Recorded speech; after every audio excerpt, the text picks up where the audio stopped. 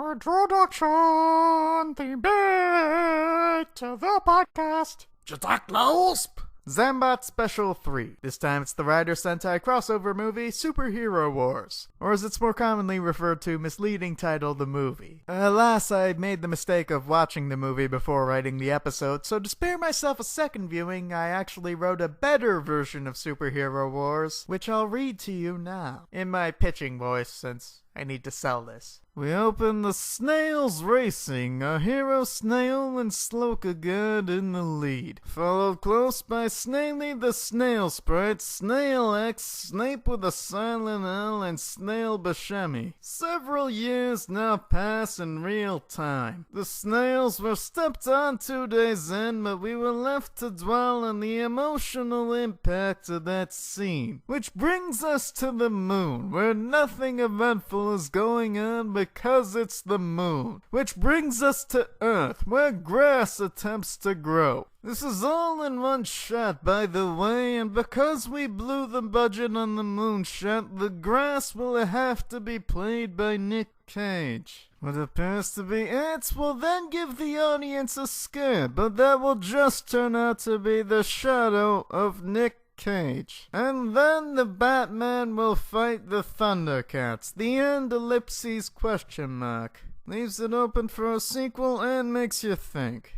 And that was Superhero Wars, which unfortunately still isn't a real movie. So I guess I have to go ahead and look at the real deal. Kamen Rider X Super Sentai, even though that part of the title was taken out of most releases to make it more confusing. Superhero Wars. KRXSSETTPOTTWTOOMRTMIMCSHW. For short. As it is a crossover movie, I guess I have to explain several decades of Sentai in a few moments. It's like Power Rangers, but Japanese. Not gonna fly. Damn you, imaginary fan! In that case, like Kamen Rider, Sentai shows have run weekly, year-round in Japan since time immemorial. These shows are about multicolored superhero teams with names that tend to end with although they pronounce the part as ah, because all Sentai shows are pitched by Mayor Quimby. The latest team as of this film are the Go-Bustas. And while this is supposedly an ensemble movie, the only other Sentai team we're gonna see are the Go-Kaijas. The Go-Kaijers being space pirates who collect toys, and the Go-Busters being Ghostbusters. Except I think instead of ghosts, they hunt Go-Bots. And no, that's not the source of their conflict in this movie, although it should be. And if you were wondering, the writer side only pulled from 3 shows. Fours, OOO, and Decade. Fours being a masochist with the robot slime girl fetish, OOO being a hobo, and Decade being a dick. Now, I've already told you more about these characters than the film's going to, so let's just get on with the show then. The show being KRXSSETTPOTTWTOOMRTMIMCSHW.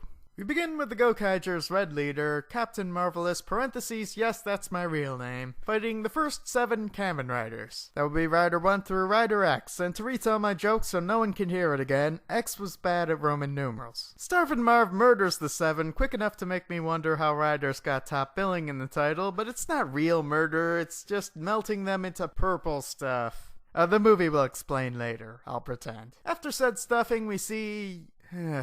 Decade. Or Decado, if you must, but his biggest fans call him Dick, so I will too. I don't normally go into detail about costumes, but I have to tell you about Dick's. It's a 3-year-old's drawing of a pink Spider-Man with lines going through the face. It's not right, it's awful, Luckily, the title graphic takes us away from that site and bang pow straight to the moon, where Kamen Rider 4's aka Papa Jorn Jarsengard and pals are watching shooting stars. That is until they eventually notice there are too many stars a-shooting that night. Something I'll pretend they notice because they're on the moon! Resin Frezin crossover. The non-meteors of course turn out to be an alien armada, and the first place they strike is Fjordsengard's own Spacey Space High. Oh, look, it's the end of the world, passionately shouts Fjordsengard's Satan-worshipping pal Lucy, yet Fjordsengard's moonchild friend, boring douchebag, appears to feel fine. After warping to the school through his magic Stargate locker Blinky, Fjordsengard wanders through the devastation without changing into his rider form because... If ever wonderful... No, I did that too. And that's when he happens by Captain Starvin' Marv. Holy crap, it's a crazy pirate dude.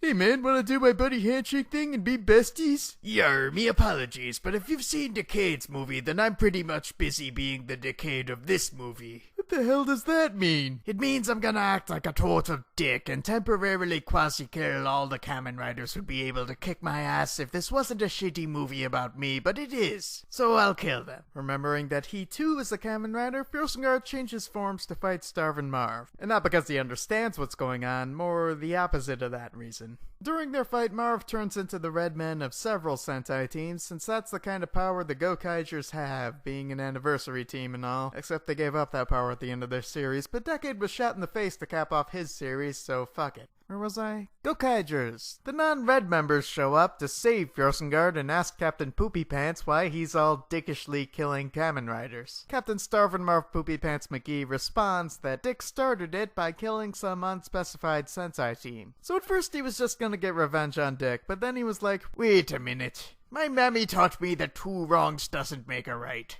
So I better do a lot of wrongs just to make sure. And that is why he's working with the undead villains of a dozen different Sentai shows, including his own, to commit rider genocide. And because he just turned evil, the villains have to treat him like royalty for a week, so he gets to act like a big shot and boss him around for a bit. And to demonstrate that, Marv calls down the villains to kill his old comrades, or send them to the purple dimension, or whatever's going on with death in this movie. So yeah, all hope is lost. Except for the dozens, if not hundreds of remaining Rider and Sentai heroes we could be seeing. But wait. From the depths of space, a funky jam cries out. Twang, waka chicka waka chicka waka chicka twang, waka chicka waka chicka waka chicka roll.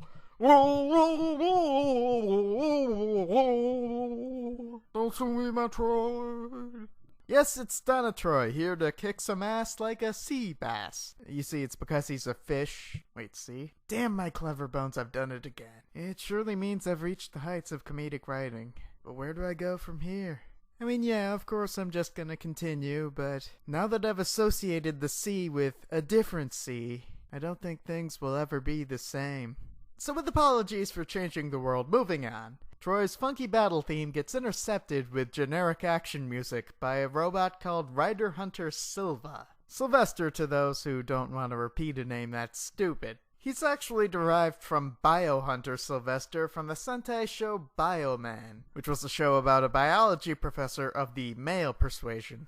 It's a fun fact, or might be if Bioman was actually in the movie, or I didn't get sidetracked again by it. So Rider Hunter Sylvester scans the Rider Chlorians and Donna Troy to confirm he's a Kamen Rider and not just some normal bug-eyed guy with kicking powers. So seeing that he is a Rider, Sylvester shoots Troy with his gun. A lot of guys don't think of that, see why RoboCop here's getting the FaceTime. But guns are lame, so Starvin Marv finishes Troy with his much more effective toy sword. To my goldfish, I love him! Meanwhile later, we see the Gobastas suiting up for battle. For which of course I mean putting on shades and parachutes because they don't like the sun but haven't heard of umbrellas. They make fun of old Rider villains rampaging in the streets of somewhere because they're old, you see, which makes them lame.